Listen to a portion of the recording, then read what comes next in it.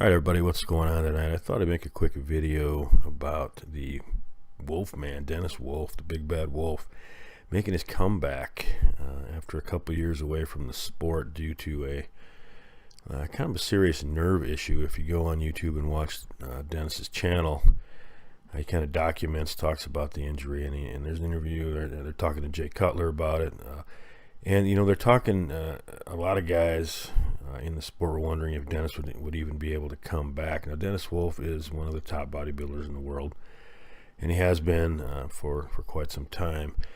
A perennial top 5 finisher in the Mr. Olympia. Jay Cutler was actually mentioning how he thinks Dennis Wolf has maybe the best structure of most bodybuilders, of all bodybuilders that are on the stage. And you could say that and not be too far off base in terms of the broad shoulders to the narrow waist.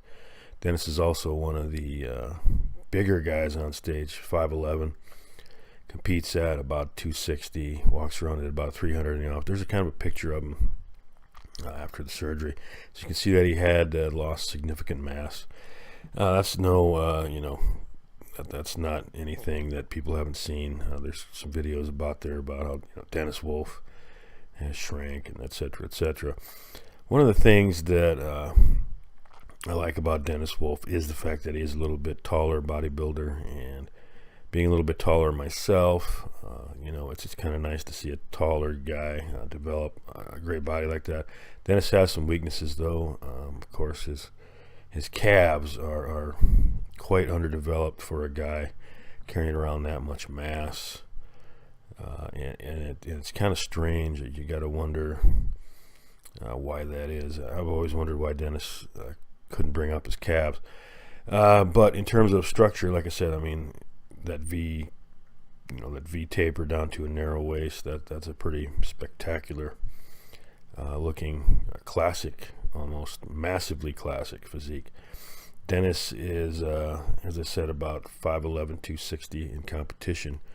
Wait, now Dennis actually speaks 3 languages fluently: Russian, German, and English.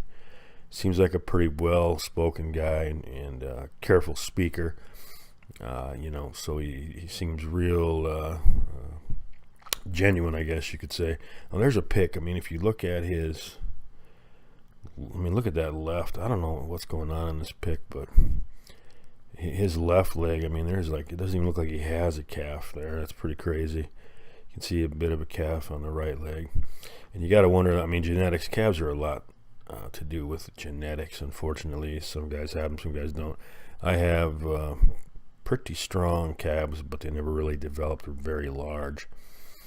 And this is obviously a bit photoshopped here, but yeah, Dennis, of course, was a previous Arnold Classic winner, and he is competing again, as I said, in this year's Arnold Classic. Pretty stellar lineup.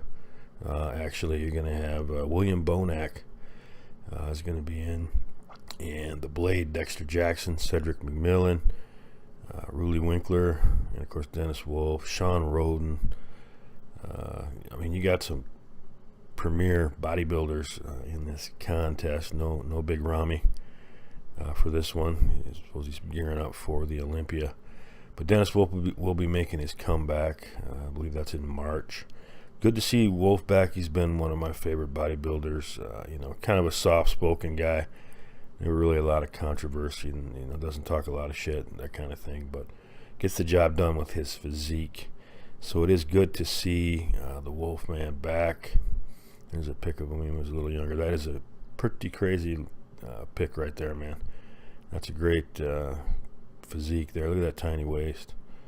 So yeah, there are a lot of pictures of Dennis, after the injury, and about the size that he did lose, and it, I mean, that's going to happen. Couldn't really do anything for quite some time, and it's good to see him back on stage in March.